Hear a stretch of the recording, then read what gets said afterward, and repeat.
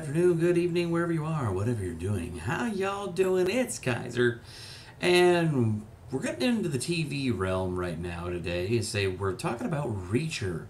Specifically Reacher Season 2, which recently wrapped, and there's been a lot of talk about this one. It is, I'll be honest, I saw Season 1.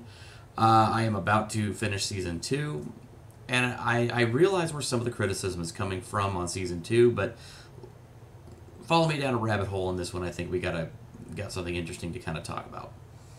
So, with regard to Season 1 was really something that just kind of came out of left field, blew past everybody's expectations, because here you have a very big, intimidating masculine hero that, doesn't say much, but he gets results, and yeah, he's not afraid to get his hands dirty. A kind of a very typical, almost a throwback type of hero that we haven't had in a long time.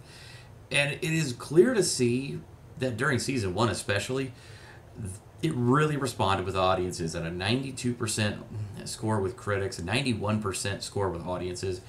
Absolutely was a great series. I absolutely loved it myself.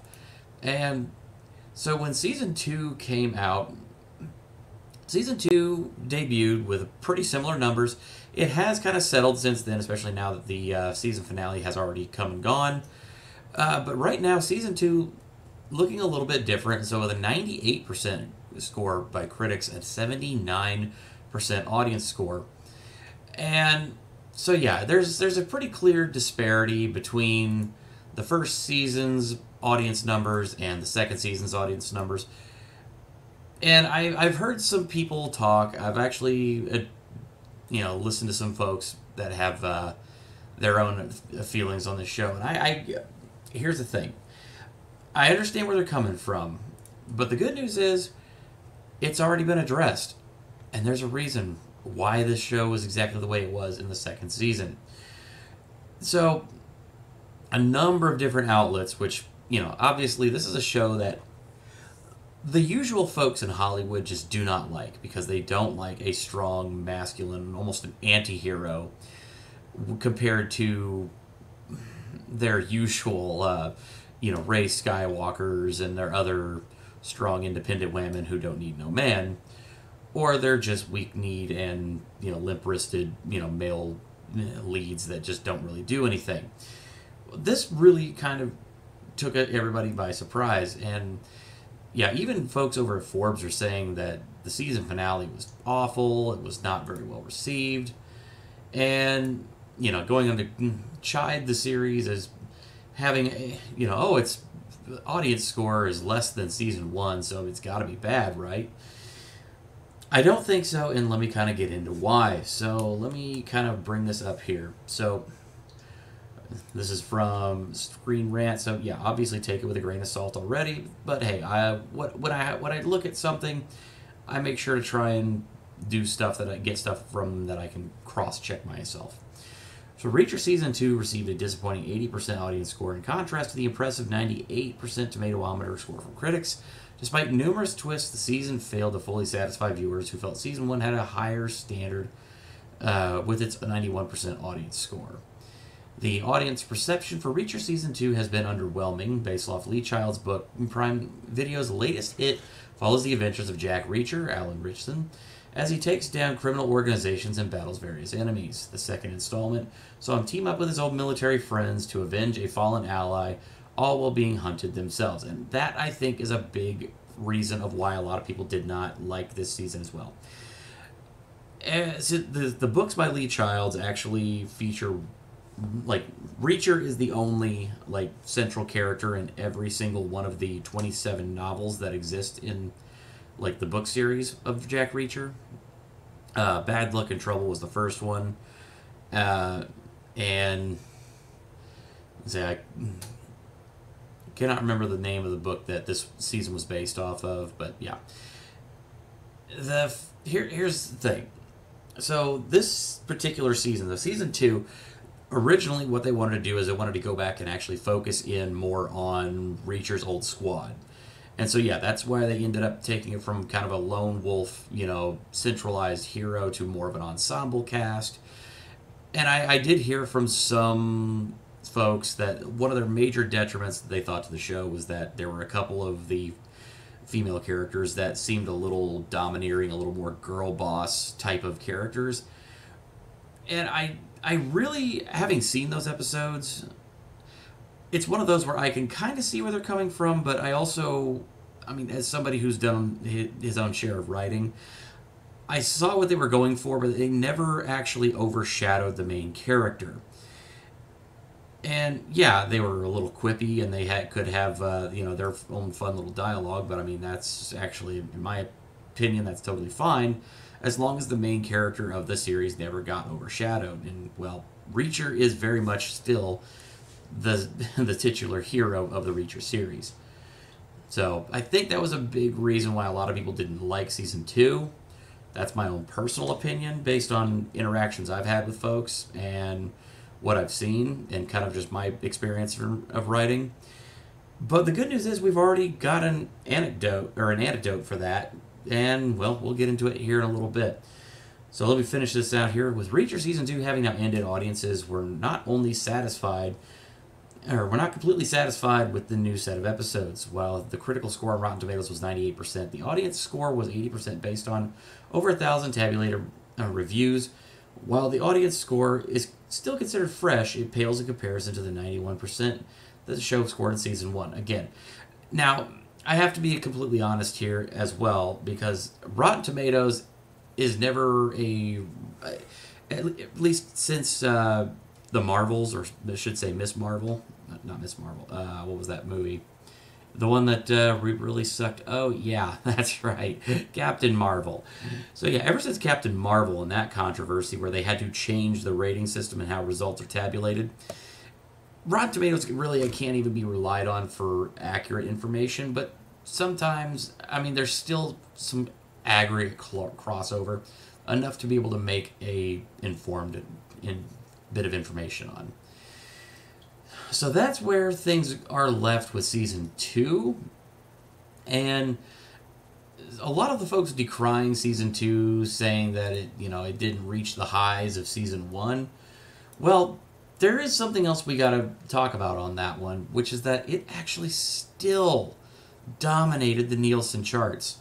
A deadline over here, so Reacher boasts big audience despite Amazon's Nielsen reporting glitch. Percy Jackson and the Olympians debuts at number 4 among streaming originals. So yeah, even despite the fact that there was a major glitch that actually caused a major underreporting of a lot of stuff, they ended up not even being able to look at the aggregate data for how many minutes were watched of Reacher in like one of the episodes that premiered. Because of that, the actual viewing hours is significantly lower than it should be, which, is definitely a problem. And I'll be honest, I would really wish that they would fix that kind of an issue, so that way we could make sure we get the accurate numbers. But I mean, there's not at this point really any way to find that. So a glitch in Amazon's reporting could stop Reacher from hitting the top of the Nielsen streaming charts. The series put up another 1.2 billion viewing minutes during December 18th through 24th interval, despite the fact that the new episode released on December 20th is not counted in this reporting. Nielsen says the glitch with Prime Video's audio asset capture meant that reporting for any title added to the service between December 20th and January 16th is delayed. Yeah, so even despite the glitch there, so yeah, almost 1.2 billion minutes viewed for an episode that, I mean, yeah, that is the average episode length is about 47 minutes, which is typical for like an hour TV show. Honestly, given, that actual number right there, this is a staggeringly high number. So very well could be that Reacher would have been actually top of the streaming charts if it had not been for this mysterious glitch that occurred. That is a pretty staggering accusation, especially for something like a big company like Amazon. And So now the question comes around to, all right, well, what are we looking at? What's the situation going to be? And is there going to be a season 3? Well, good news. We have verification that season 3 is actually already in place. Apparently, they're already in talks on season 4. It's sounding like this series is going to be around for a long time, and I could not be happier. As Lee Child's confirmed, Reacher season 3 will see more of Reacher alone. So we are getting more like what we saw in season 1, where the character himself would be just dropped into the situation.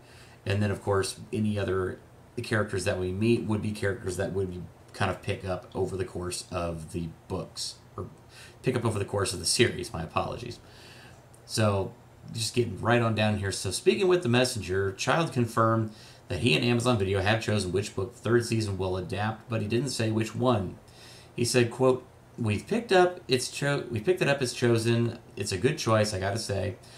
I think we've been very creative and about how we've sequenced this type of story. My apologies, my contacts are drying up. So while Childs did not reveal which book to be adapted, he did share that it will see Reacher primarily working by himself compared to the team effort that's taking place in season 2. He relayed, quote, we felt we needed a book that was more Reacher alone for the third season. And if so, was a question of which story would work best for that and which one would have a great opening scene and all of that, and we found one that we love, Child elaborated. So that is kind of where we're at. So for anybody that had misgivings or issues with season 2, which I can think of a couple of folks that I've talked to that had some problems with season 2, it's sounding to me like, despite whatever you might think of season 2 and some of the things that they had to do for that series, I think what they were trying to do is just give you more of a look into the character's past. And now we've got confirmation that what you enjoyed about season 1 over season 2 is coming back for the third season. And apparently there is already some talk about season 4. So this undoubtedly, I think, is going to be a great show to keep watching. You know, season 2, for all of its, warts, I still say, in my opinion, is still a very good show. And yeah, I highly give it a recommendation. Say season 1 is amazing. Season 2, yeah, it does fall short of the first season a little bit, but I mean, overall, it's still very good. It's still definitely great compared to a lot of what we've been seeing out there in movies and TV in the last several years. So I would look past the issues on that one and actually keep my optimism high for season 3. And yeah, I'm gonna keep watching this series. So I highly recommend it. Go out there, give it a watch. It's on Amazon Prime. Anyway, folks, that's all for me for today. Please definitely go down there, hit that like button. If you're new here, hit that subscribe button. I want to hear you down in the comments section below, and I will see you in the next video. Peace.